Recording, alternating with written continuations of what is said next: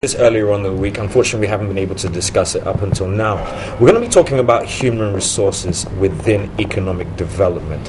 How important is the role of human resources? Well, it's been said that organizations psychology holds that successful organizations do not owe their success solely to market realizations and sustainable competitive advantages. Successful companies are those that consider their human capital as their most important asset. Do we actually do that? To help me discuss this particular issue in depth this morning, we have Andy Osei Okra, who's the chairman of the Investiture Planning Committee, and also Ebenezer Agbeto Ofori, the executive director of the Institute of Human Resource Management Practitioners. Good morning to you both. Thank you. How are you? We are fine, thanks. I'll talk about Valentine's later. Let's talk about human resource management within Ghana. Not necessarily within Ghana. Let's talk about human resource management. What is the contribution of human resources when it comes to development within organizations and within a nation? Thank you. Human resource management, as you rightly stated in your preamble, precisely is the engine that runs development and productivity in any organization and in any country. You can liken human resource management to a management system that really have 5 key stages or processes, i.e., we all know in organization we have our corporate strategies. We talk about the staffing needs, the human resource implications of that. And having done that, you don't end there. Then you go to the next stage. How do you really train and develop these resources? And after that, you moved on to the next stage, which is how do you utilize these people? How do we get the best out of these resources? And after that, the last one, which is how do you now reward them to be able to sustain that productivity? So you realize that in any organization, if a system like that is put in place, and obviously you're going to have a high return of investment. And the same thing goes to a country. If a country put more resources on development of the human capacity as we have in the country, and then the benefit will yield to ourselves. So these are what we call. So in any system that put emphasis on getting the right skills, the right people in this place, and then developing the system, the individual, putting in place system that can train them to be able to elicit whatever potential they have them, then we're going to have a better output as a people and as a country. Very well put. Andy, I'm going to put this to you now. What's the current state of the Institute of Human Resource Management Practitioners? Thank you. We are doing very well. We are playing a role that gradually is coming to the attention of the nation. Certainly there are certain things that needs to be put in place to ensure that our role is fully appreciated. One major challenge that we have is obviously recognition, because traditionally HR has been seen as a support function. Yeah. But more recently, talented employees are now seen as a key source of competitive advantage, and as a result of that, HR is taking a more strategic role and a dimension. With that, it is obviously appreciated by most CEOs that you talk to. They will tell you, the most important assets that we have is the people. Yeah. That may seem to be a cliche, but the truth is that it is so. Yeah.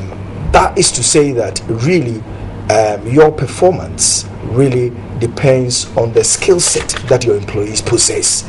So if the skill set is weak, then you should not be surprised about the fact that you are not performing. Mm-hmm. So the focus here is about ensuring that, yes, as an institute, we provide professional standards for the practice of this particular profession. Secondly, we also ensure that we provide continuing educational system to upskill all those professionals in the industry who need to be aware of what we term as best practice. Because the truth of the matter is that a lot of our people are there, in essence they have been placed there not because they have the skill, but because maybe they are not seen to be of worth somewhere, and then they push them there. Yeah. And now they carry the tag as HR practitioners, but in essence they are not. Yeah. So we are providing the opportunity so that such people can come to our end, and then we will actually groom them, empower them with the necessary skills so that they can then actually do the job properly. But here again, I would say we need some kind of mandate, authority, like the Institute of Chartered Accountants. Yeah. They have a legal instrument that backs them, so that if somebody comes and say, I'm an accountant, you will go straight to IC and check. Yes. Unlike HR, it is not the case. Right. So we are actually in discussion with government and with other stakeholders, so that at the end of the day, some kind of instrument or an enactment will come into force that will enable the HR institute to then step out and say, you are not, you are. And for you to be termed as an HR practitioner, you have gone through our process of developing to the stage that now you can call yourself as an HR practitioner. And if such a person misbehaves, the HR institute will then pull that person and say, you have been stricken off the list because you are not performing as per the standards that we have set. That's good. Okay, now I want to put our nation on the spot. Human resource management, from everything that you said to me, seems very straightforward. You see the people who have potential, you put them in a place where they can be effective, and hopefully, well, not hopefully, but the math should be 2 + 2 = 4. Productivity, equal, more profit, and country is better. So, in regards to what's happening right now with our current economic climate, with everything that's happened, would you say that we've had a bad human resources development scheme within our government? Have they not been able to manage their roles or put people in effective places for them to do what's right? Okay. An organization or a country that seems to kind of take good care of its people in terms of developing the skill set are the nations that perform. It's as simple as that. Yeah. So if you do not see to it that your people are not developed, and especially they develop with the skill set that are required for specific areas within the country, then you find yourself wanting. For instance, we can look at the oil industry. We have been aware that there's oil there. The point is, what did we do in terms of bringing up the skill set so that as we are now exploring or exploiting this oil, the skill set are already available so that they can manage it? We know that the oil industry is full of foreigners. Yes. Full of foreigners. And trust me, when it comes to the oil industry, it takes long to transfer skills. So if you're looking at a period of, let's say, 7 years, 8 years, then it means that for all this time, what were we doing? What were we doing? We've waited and waited and waited, and now it is with us, and we find ourselves wanting. And we are now pushing, yes, we want the local content. But the truth of the matter is that if you look left, you look right, where is the skill set? Ghanaian skill set, we don't have it. So if you plan, then you will see to it. And this is where the issue of talent management has become a kind of a central role for present day organization in those who really mean business. Okay, I just want you to focus on what talent management. That's just give a brief explanation what that is. I mean, to the layperson who's out there, us having this discussion, you mentioning talent, already things are going through my head. I would like for you to give just a brief explanation what you mean by talent management. In talent management, what he's trying to talk about, every individual is endowed with skills and competences. You have it, and the one to be able to perform your job. Let's come here, for instance, in the studio here. Your job you are playing, you have a special skills that you need to use to do that, and that is the talent you have. Now we identify that you have this special talent. How? It doesn't end there. We need to sustain that talent, develop it further. Yeah. And that's what I was just referring to in a stage where we have utilization of the employee. You need to put systems. It's like the water type system. You see water, the tap is there. Yeah. All right, until you open it, that you can get the water to flow. Yes. That's the same thing applies to you. Until we turn you on, you can never produce what is in you. So that's what talent management. All the stuff you have in the strength, the skills you have acquired, the one you acquire, and the ones you have been endowed with, we need to turn it on by putting systems in place for you to come out. And that is what that's a nation that we need. We are pregnant with a lot of creativity and innovativeness, but nobody is turning that tap on. That is what we have to put the system in to turn on, and our problem will solve. But the economic situation we have there, we need a system needs to be open and it will flow, and we can solve it, and the dollar, whatever, will be stable, and we'll be able to have our system. And this can be done by human resource and not the capital and not the fiscal resources, but human beings make it happen. Yeah, I agree with you fully on that. Okay, we're going to have to wrap up in just a moment because we're actually running out of time, but I want to ask you this both.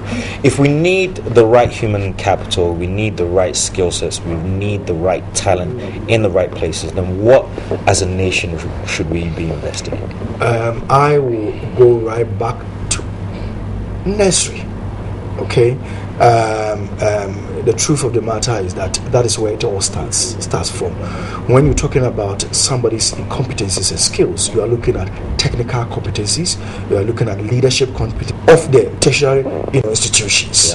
How has it been modeled? I'm sure the time when I was in Legon, I don't need really to say this, but the truth of the matter is that you probably go there and the syllables wouldn't have changed much. They're just turning them out, and then when they come out, they are not employable. I'm sorry to say this, because I am sitting at a place that I'm constantly interviewing, I'm a panel interview, and people come and sit in front of you and say, good grief, I mean, where was he educated? Frightening. So all that needs to be turned upside down, and then make sure that what they are being taught are very relevant, directly relevant to industry, so that when they turn out, trust me, they walk in and they operate. Exactly. Jonathan? Yes, I just want to add that as a nation, as Eben has said it, but we need to invest in training and development of our human resource and capacity. First, in selecting people in various organizations and into positions, we need to put the right people with the right skills to the right places, and that will help. And it doesn't end there. It start where after you've done that, then invest in training, orientate the person into the system to understand and know that we are in to achieve certain objectives. And I think that most of the time we just get people in place and we leave you for you to do whatever you want to do. You are not focused, you are not directed, and that is what is lacking.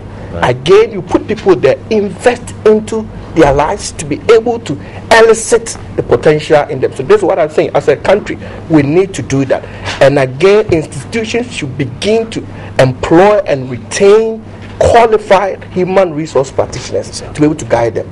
But they do a lot of organizational development that transcends down. It's in only HR that we get people who are doing their job in addition to the strategy of the organization. It goes beyond. You can be doing the technical thing. HR person does the technical thing and also will go further to do and ensure the organization succeed for the whole thing. And I recommend to the nation that we have to focus on that, whereby an attention will be given to human resource development, ensuring that we have good systems and we have good practitioners in terms of human resource management in our various organizations, and that will help to solve our numerous problems that we have.